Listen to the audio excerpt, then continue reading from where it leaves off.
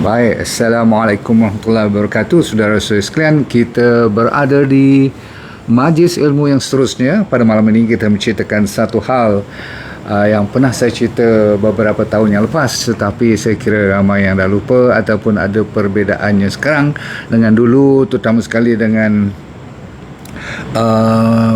berapa banyaknya kita menggunakan gadget sekarang, ataupun kita terleka dengan penggunaan ataupun isi kandung yang kita scroll selama ini.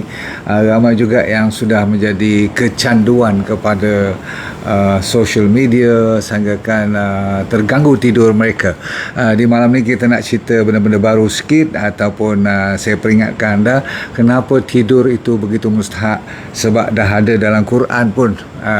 Sebab perkataan tidur ni ada beberapa kali diguna pakai, dan bermaksudnya kita tu Tuhan jadikan tidur tu untuk beristirahat.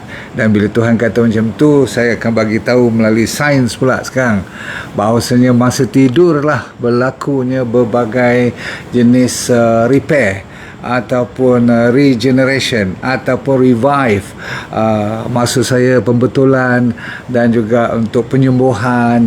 Dan juga seolah-olah kalau anak-anak you tu belajar pergi buat kelas tambahan, katakan ambil taekwondo ataupun ambil main gitar ke, belajar main drum atau main piano, ataupun dia belajar kat sekolah aja, apa-apa yang dia belajar pun, dan you mengharapkan dia balik dan pergi tuition pula lagi sebab nak bagi anak tu pandai. You nak tahu tak, kita sendiri kalau masa sekolah dulu, kalau kita tahulah bahawasanya masa tidur tu lah otak kita memainkan peranan untuk mengasah balik apa yang diajar oleh guru-guru tadi, terutama sekali skill, ya, bahan ataupun benda-benda yang kita belajar tadi, bahan pelajaran tu yang menggunakan apa orang panggil, kita punya kehandalan kita melalui jari ataupun suara dan sebagainya.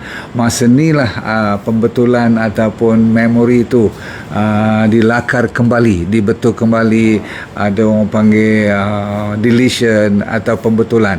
Itu yang kita tak perasan tu, betapa pentingnya tidur. Lagi masa kita katakan kalau bermasalah apa-apa pun, Tuhan bagikan kalau you dapat tidur, masa tidur tu dia boleh menyaring ataupun filter mana-mana yang tak perlu lagi dah, supaya besok bila you bangun fresh pagi, dia dah hilang mana yang perlu dilupakan. Berarti kalau bangun pagi benda tu tak timbul lagi, tak terfikir lagi, dah tak ada lagi dalam pemikiran you, tak mustahak lah benda tu. Contoh, sama juga kalau you nak baik pada penyakit, masa you tidur lah, body kita, doktor-doktor kita, nurse-nurse kita memainkan peranan dia. Masa itulah dia orang kelang kabut buat kerja supaya dia boleh betulkan you punya masalah-masalah penyakit tu. Ada yang perlukan sedikit waktu, ada perlukan banyak waktu, tapi masa tidur lah. Kalau you tengok banyak orang sakit sehinggakan kalau teruk sangat ditidurkan dahulu, betul tak? Kenapa tak dibiarkan dia jaga je, tak ditidurkan supaya body tu boleh tenang, stabil, dan boleh dibiarkan nature. Okey, lagi katakan kalau masalah ketumbesaran, budak-budak nak membesar ataupun kita nak baik pulih daripada penyakit dan sebagainya, semuanya perlukan tidur. Betul. Lagi satu, nak lawan virus semua ni, nak lawan COVID ke, nak lawan infection, inflamasi badan kita, semuanya perlukan tidur. Sebab masa tidur itulah keluar hormon-hormon apa orang panggil untuk immunity kita, untuk katakan nak lawan apa bakteria, virus semua tadi kan, betul tak? Masa tidur itulah growth hormone kita betul-betul orang kata apa, menjalankan kerjanya. Dan satu hormon yang paling terkenal masa tidur, semua orang sampai beli yang sintetik pun, yang mana saya tak galakkan you beli, okay? Sebab body kita boleh keluar sendiri. Jadi bila dia keluar sendiri, dia lebih alami, lebih natural. Dia melatonin punya kerja cukup cantik. Dia antioksidan, anti-inflammation, dia bagi kita tenang, hilangkan stres. Masya Allah kan. Jadi tidur ni start daripada ujung rambut sampai ujung kaki, dia ada mainan yang penting. Okey. So saya dah bagi mukadimah tu membuktikan kalau siapa yang tak cukup tidur ataupun sukar nak tidur perlu dengar elok-elok, sebab saya dah bagi betapa mustahaknya tidur tadi. Dan saintis mengatakan kalau kita tak boleh dapat antara 6 hingga sekurang-kurangnya 6 sehinggakan 8 ataupun 9 jam satu hari, bergantung kepada kita punya umur, bergantung kepada kita punya body type, kadang-kadang bergantung kepada satu lagi yang dinamakan circadian rhythm ataupun rhythm. Okey, dia punya orang panggil apa, jam biologi kita tu, jam dalam badan kita kan ada yang mengikut. Setengah orang tu dia tak boleh tidur lambat, setengah orang tu dia boleh lambatkan tidur pun masih lagi nampak segar. Namun siapa pun nanti saya bagi tahu kat you pukul berapa yang paling sesuai untuk kita tidur. Tapi sebelum kita lupa, terus takut saya pula terlupa, nanti nak cerita kat you, ada kajian mengatakan antara pukul 10 hingga 10.45 malam, saya ulang, antara pukul 10 hingga 10.45 malam ini ada kajiannya dengan kita punya body clock yang 24 jam. Kalau lebih-lebih lagi bagi mereka yang 12 jam siang, 12 jam malam, sama lebih kurang. Okey, jadi kebanyakannya mendapati bila dia buat kajian tu, kalau you dapat masuk tidur, saya ulang, masuk tidur, you boleh tidur pukul 1 pun, pukul 12 pun, tetapi you dah miss dia punya rhythm tu, dia punya gelombang untuk dapatkan tidur yang betul-betul berkualiti, iaitu antara pukul 10 hingga 10.30 malam. Okey, dan anda tahu pukul 12 tengah malam tu sampai pukul 3 pagi adalah yang paling tinggi melatonin punya hormon, level dia yang paling top, menjalankan tugas yang maksimum. Di masa itulah body kita, liver kita, pankreas kita, paru-paru, jantung semua cuba membantu sama sendiri mereka, network mereka supaya dia clearkan. By 5 o'clock dia dah mula tukar kortisol, dah nak keluarkan dia punya hormon. Bila datang pukul 7 pagi dah lain kesegarannya dan sebagainya. Dan bila matahari naik dan melatonin tengok nampak matahari, dia pun maksudnya boleh kesan cahaya matahari, dia boleh rasa, maka dia akan menurun dia punya jumlah melatonin tu, dan dia biarkan kortisol meningkat sedikit. Tapi lambat laun dia juga nakkan, saya ulang, dia juga nakkan matahari. Saya ulang, melatonin ni atau body kita, kenapa dia perlukan matahari dari sudut nak jaga kolesterol, nak tukar vitamin D semua tu kan, ingat tak, nak jadikan vitamin D3 semua tu kan. Bukan setakat itu saja untuk kebaikan fungsi kita waktu siang, tetapi untuk menyediakan melatonin. Kalau cukup matahari waktu siang, saya ulang, kalau cukup matahari waktu siang, you kena matahari, berarti masa kena matahari seharusnya kita kena matahari.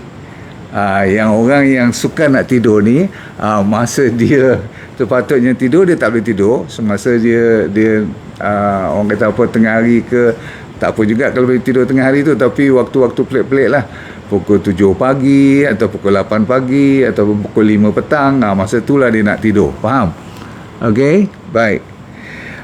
Saya sambung ya. Bismillahirrahmanirrahim. Assalamualaikum warahmatullahi wabarakatuh. Apa khabar semua? Mukadimah tu amat mustahak you faham, sebab saya ingin tekankan bahawasanya tidur itu adalah antara penawar yang jarang-jarang orang ambil, orang kata apa, perhatian yang betul-betul serius.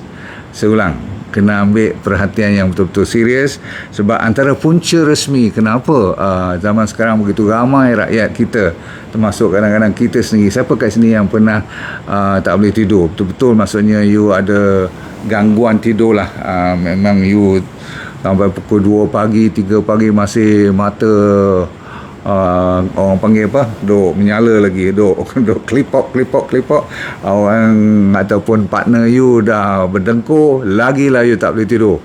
Nak marah tak boleh, nak kejut dia lagilah rasa bersalah, maka you lagi frust, tak tahu nak buat apa, betul tak? So malam ni Cuba kita betulkan keadaan. Kalau you ada lebih daripada 3 hingga 4 kali seminggu masalah tak boleh tidur dalam masa 3 hingga 4 bulan, maka you memerlukan bantuan. Lebih daripada 2-3 bulan tu berarti you perlukan bantuan. Kalau takat seminggu dia jadi dan masa tu you tahu sebabnya, itu tak dinamakan insomnia. You cuma terganggu tidur, tapi lepas tu you dapat recover balik. Faham? Okey.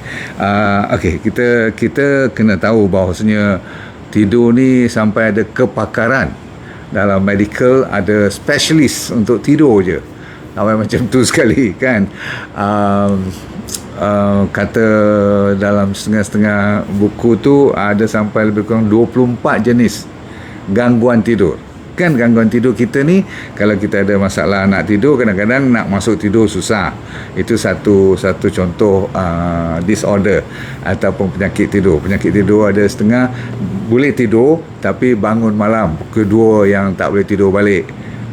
Bila subuh punya azan berkumandang, dia berdengkur. Maksudnya dia boleh tidur pula. Ada jenis macam tu.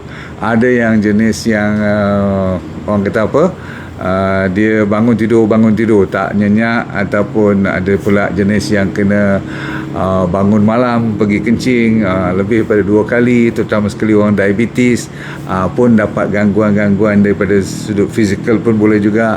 Ada setengah orang yang dia panggil restless leg syndrome. Pernah dengar?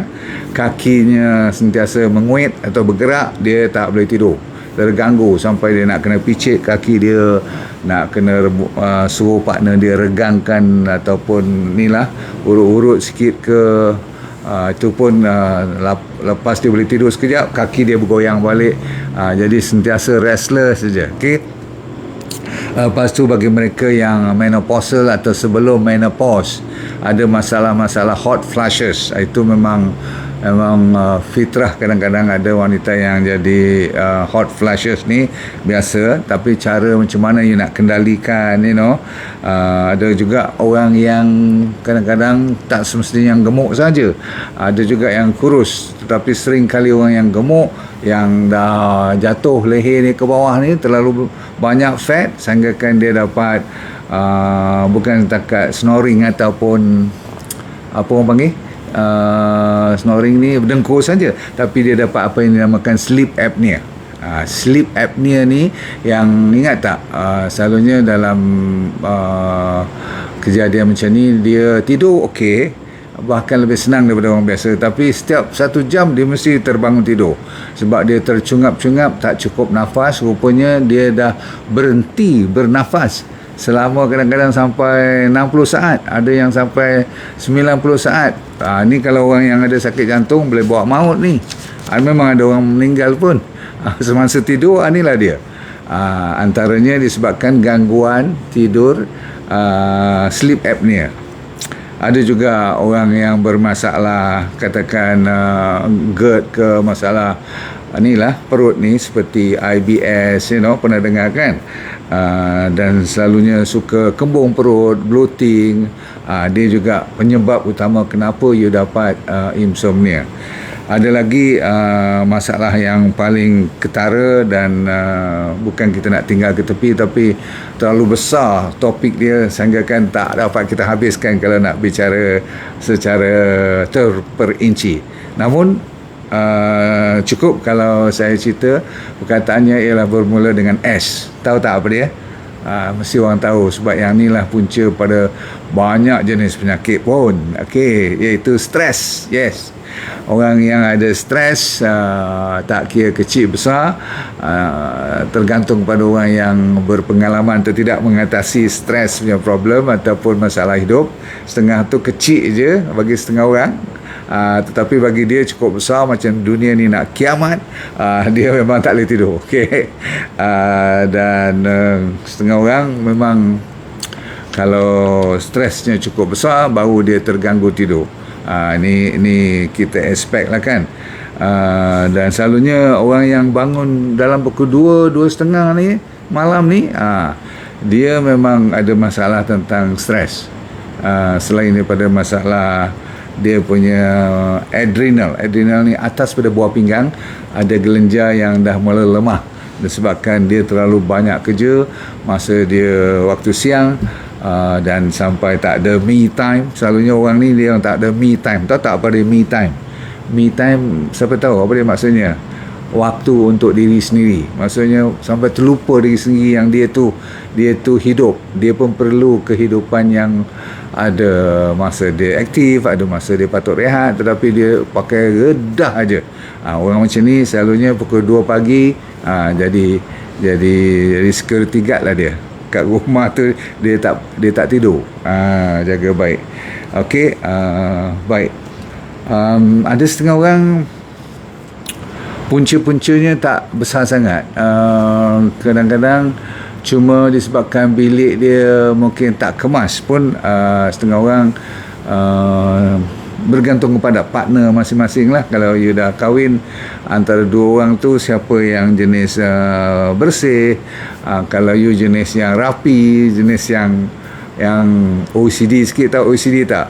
Obsessive Compulsive Disorder. You nak semuanya teratur dengan cantik, dengan rapi, dengan licin. Kalau kain tu tak boleh ada satu lipat pun, mesti nak kena sama. Siap. Kalau partner you jenis yang tak kisah, kadang-kadang ini menjadikan isu juga. Walaupun benda tu peribadi, tetapi memang ganggu diri you, betul? Bilik tidur satu hal.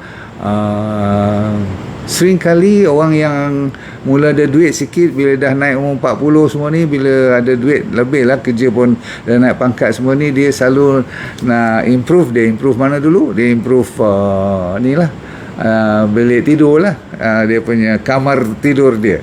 Okey, sebab di situ tempat dia memang puas hati bila dia tengok benda tu cantik, selain daripada toilet dan sebagainya. Tapi yang menjadi kesalahan besar bagi kita, ramai kita terlupa, walaupun kita zaman moden, tapi kita tersalah layan.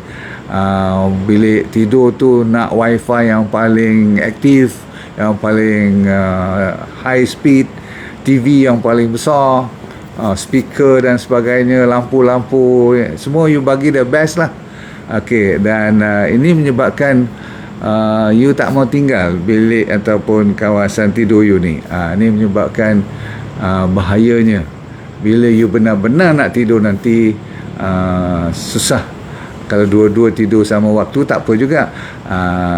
Kadang-kadang macam mana kan, kalau yang si husband nak tengok Netflix lagi, wife dah nak tidur, ataupun the other way round, ataupun banyak lagi pakai gadget-gadget dan sebagainya.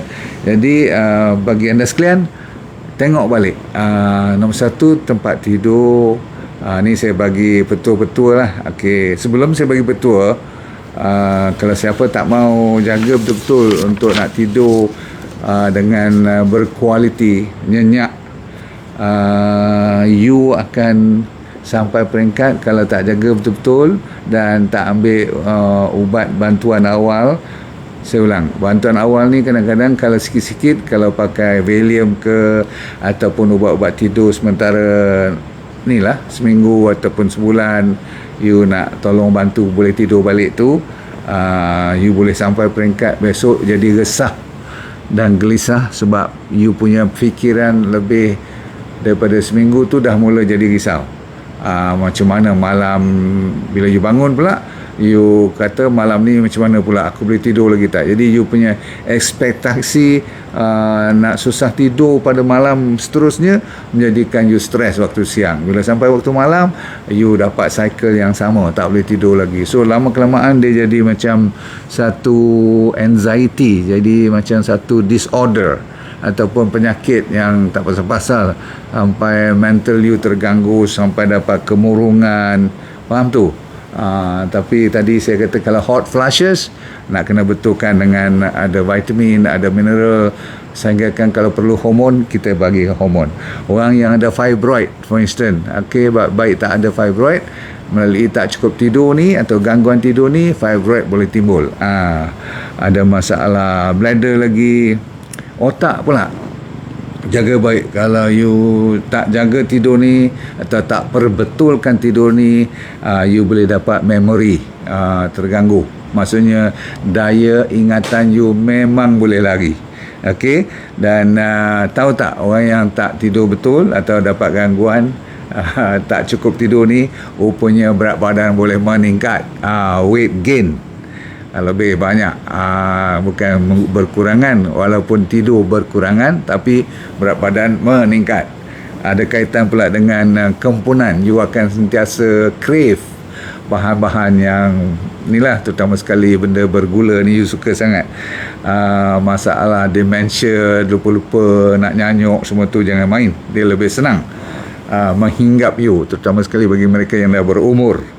Lagi masalah cardiovascular system, sebabkan masa you tak cukup tidur ni, you punya peredaran darah tu lebih lembab sikit. Maksudnya you senang dapat atherosclerosis, tahu, plaque. Okey. Lepas tu ada isu-isu seperti apa saya nak kata tadi, leptin dan ghrelin, dua hormon yang ada kaitan dengan lapar dengan tak lapar. Rupanya bila you tak cukup tidur, benda ni jadi haywire. Patutnya ghrelin ni bila you dah makan secukupnya, alhamdulillah, tak payah sampai sendawa pun, okey, cukup. Sebab apa? You punya leptin tu dah bagi tahu bahawasanya you dah cukup makan. Tapi kalau tidur tak mencukupi, leptin dengan ghrelin bergaduh sama mereka, dia kata aku tak mau kontrol, kau lapar lah kau selalu. Jadi orang yang tak cukup tidur senang jadi lapar. Okey, tahu tak, bila kita tak cukup tidur, dalam otak kita pun senang ada protein yang boleh lekat-lekat. Itu yang boleh dapat jadi penyakit seperti Alzheimer semua tu. Okey, isu-isu seperti blood pressure boleh meningkat, diabetes boleh tak stabil, tak ke problem. Baik-baik you borderline pula, orang yang baru nak kena diabetes, kalau tidur terganggu, confirm you kena diabetes. Sebab dia dapat masalah insulin resistant. Jadi banyak sangatlah penyakit dan mudaratnya kalau tak cukup tidur ni, faham tak? Okey. Dan kalau dari segi awet muda, awet tua ni, confirm lah, kalau kita tak cukup tidur, siap. Okey, confirm ada orang buat kajian di mana tu, dia bagi gambar, gambar sama, katakan ni gambar you dan ni you juga, dua-dua you, dan dia bagi kepada ni ribu-ribu jenis gambar orang-orang yang berlainan lah. Dia buat eksperimen, dia tunjuk kepada orang untuk memilih gambar mana yang lebih cantik ataupun lebih beraura yang positif lah, ataupun bersemangat. Gambar orang yang sama dan sama make up, sama sikat rambut semua, tetapi orang boleh tahu 100%, orang kata apa, accurate, 100% betul, dengan yakin pula. Bila dia tunjuk yang ni lebih bagus, yang ni lebih baik, all of them yang lebih baik, lebih bagus, lebih bersemangat tu ialah orang yang orang tu juga, tapi waktu dia cukup tidur. Dahsyat tak? Tentang ni, cerita tentang longevity, proses penuaan, semua tu ada kaitan dengan tidur. Baik, sekarang saya cuba bagi tip supaya kita boleh dapat balik tidur ni. Saya ulang, kalau kes tu lebih pada 3 bulan, 3-4 kali seminggu, itu dah dikira kes doktor ataupun kes pakar. Macam kita sakit ni, sakit yang serius-serius, kenapa tidur pula tak boleh kita jumpa doktor? Memang pun dah ada pakar tidur. You nak tahu tak, dalam dunia ni ada hari tidur sedunia. Terkejut saya bila saya baca tahun bila tu, bulan 3 selalu, dia orang, masa saya buat bacaan tu, kajian tu ataupun penulisan tu, pada bulan 3, 15 bulan Mac 2019 tak salah saya, masa dia isytiharkan tu kan. Jadi sampai orang nak ingatkan tidur, sampai ada hari dunia apa, hari tidur sedunia. Okey, sekarang tiba masanya you betulkan keadaan dulu. Selain daripada berjumpa dengan doktor, cari teh yang boleh menenangkan jiwa sikit. Selalunya bunga telang tu yang warna purple. Ingat tak kita buat nasi kerabu tu? Okey, boleh. Nombor 2, boleh minum chamomile tea, okey, tanpa gula. Lepas tu satu lagi dia panggil tiger balm tree. Ini pokok tiger balm, bukan tiger balm yang sapu kulit tu tau. Okey. Tiger balm punya teh ni antara yang boleh menurunkan ketidakstabilan you punya debaran jantung tu. Barang diingat, orang yang tak cukup tidur, blood pressure dia pun tinggi kadang-kadang, dan dia punya degupan jantung pun kadang-kadang menakutkan. You pernah tidur tak, bila you letak telinga you kat bantal, you dengar you punya jantung sendiri, debum, debum, debum, debum, debum, debum. Itu kalau sekali-sekali okey lagi, tapi kalau masa you ada insomnia ni, degupan jantung pun tak betul, cuba you cari potasium sikit. Maksudnya cari makanan yang tinggi potasium. Saya dah mula nak bagi apa nak buat So bukan nak tunggu berdetum jantung you saja. Asalkan you ada insomnia je, betulkan potasium dulu. Sebab ramai orang secara rambang, dia orang cek kebanyakannya tak cukup potasium.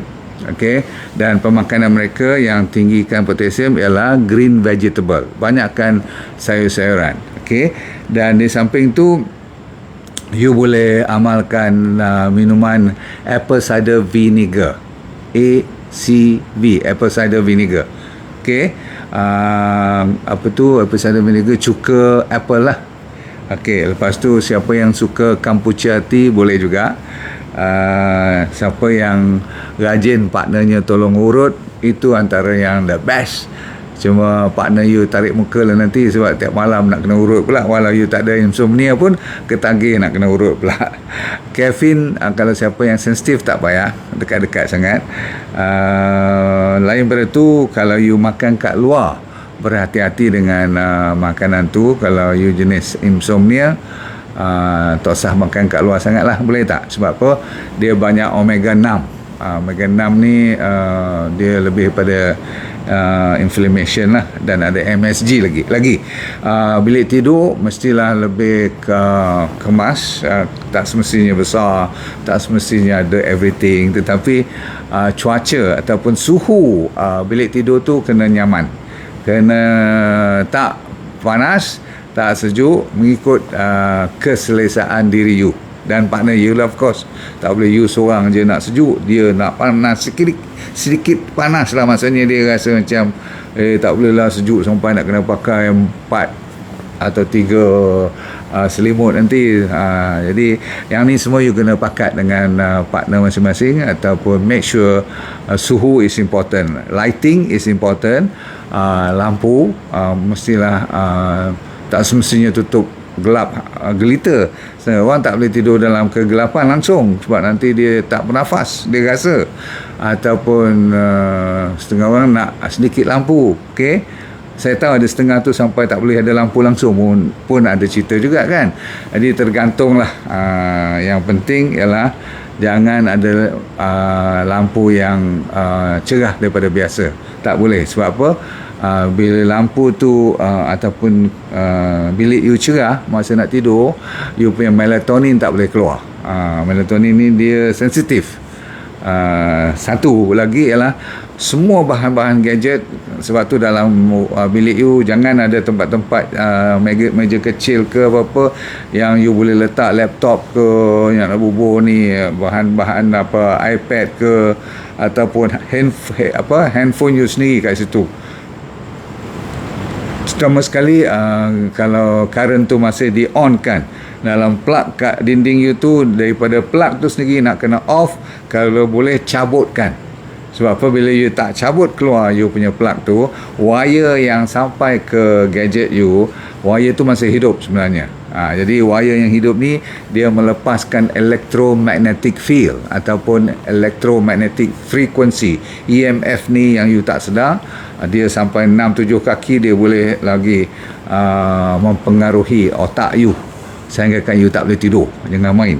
Lagi saya nak bagi mustahaknya you jaga gadget-gadget ni ialah terus cabut dan terus jangan tengok langsung at least 1 hour beforehand. Sebab apa? Bila you masih melihat semasa kononnya atas katil nak tengok-tengok je handphone, you jangan tak tahu ni, saya nak cerita ni.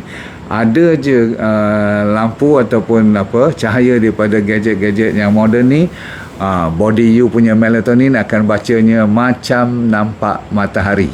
Berarti dia rasa macam siang, jadi dia tak mau keluar. Bila tak mau keluar, tidur you akan terganggu. Faham? Okey. Lagi kalau tadi you ada restless leg syndrome kan, yang kaki menguet, kaki tak boleh duduk diam, nak tidur tak boleh, semua tu pergi jumpa doktor. Selalunya doktor yang pandai tentang hal ni, dia akan bagi you vitamin B1 selalunya yang paling rendah waktu kaki you menguet macam ni, dan boleh ditambah dengan iron ataupun folic acid. Ini tergantung pada test yang doktor buat lah. Okey. Yang penting kalau ada restless leg syndrome, kaki menguat-menguat ni, bergerak-gerak ni, you ambil nutritional yeast dalam you punya salad nanti waktu you makan.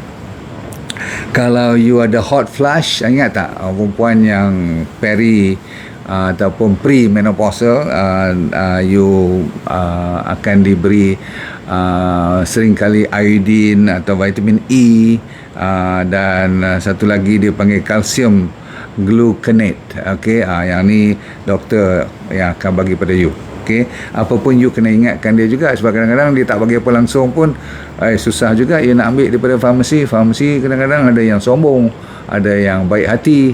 Maksudnya boleh bekerjasama, faham tak? Bekerjasama means kalau you tak dapat prescription daripada doktor pun dia boleh bantu you sikit-sikit. Ada yang tak boleh langsung, sudah access. Ada yang kalau kencing malam tu check you punya diabetes, atau check you ada masalah insulin tak dalam badan you. Ni semua ada kaitan ni. Ataupun kalau you overtraining sangat, gila sukan sampai panas badan tu sampai ke malam, nak tidur pun tak boleh. Okey, jaga baik. Ada lagi tak masalah-masalah seperti saya dah cerita tadi. Ada satu lagi, ni vitamin D3. Saya kata waktu siang ataupun mulai pagi, kalau dibenarkan terkena cahaya matahari, cepat-cepat you kenakan badan you, atau kat mana-mana boleh you buka baju you bagi kena matahari itu. Sebab apa? Saya kata tadi, vitamin D3 diperlukan bukan saja untuk jaga fungsi ataupun kerja waktu siang, tapi waktu malam pun. Bila melatonin nak keluar tadi, yang dia masa kena matahari tu, dia akan keluar dengan lebih happy bila dia dapat cukup vitamin D3 waktu siang. Siapa yang sering travelling kena jet lag, tahu jet lag tak? Dia tukar waktu benua Asia pergi katakan Eropah ke apa, jadi dia kepala dia pening, nak tidur pun jadi susah dengan timing baru semua. Jangan lupa kepada vitamin D3K2. Maksudnya you ambil 20 ke 20 international unit, 20,000, 20,000, 30,000 pun tak apa. Sebab apa? Masa ni you tengah jet lag. Okey, habis. Kita tutup cerita dengan sikit lagi. Saya ingatkan bagi mereka yang kalau minum air terlalu banyak dengan fluoride, terutama sekali you tak tapis daripada you punya air pipe tu, tolong betulkan. Setengah orang dia cuma betulkan air pipe yang fluoride ni banyak sangat, tidurnya akan jadi betul balik. Fluoride mengganggu tidur ataupun tidur tak fresh bila you bangun nanti. Lain pada tu, tinggal satu lagi, night shift. Orang yang kerja waktu malam, selalu mereka mendapat gangguan juga. Saya mengharapkan pandai-pandailah you memberi timing untuk bayar balik tidur. Tapi tak boleh bayar balik esok lusa. Nak bayar hari yang sama. Itu pun tak cukup. Bukan kata kalau you tak cukup 3 jam, you bayar balik tidur 3 jam. Sebab apa? Tidur siang dengan tidur malam tak akan sama. sampai bila-bila pun tak akan sama. Okey, sorry lah saya ambil masa banyak sikit pada malam ni sebab saya rasa topik ni agak detail dan mustahak, dan you jangan, orang kata, ambil remeh lah benda ni. Sebab apa saya kata apa tadi, tidur amatlah mustahak. Okey, jumpa lagi saudara saya sekalian. Saya doakan semoga anda dapat tidur dengan nyenyak dan dengan kualiti yang best supaya anda lebih sihat walafiat. Dan tolong sampaikan salam kepada seluruh keluarga, dan kalau boleh share knowledge atau ilmu yang you belajar pada malam ni, supaya hidup anda bahagia, dan di dunia akhirat syurga, senyum somo, let go and feel good all the time. Terima kasih, bye.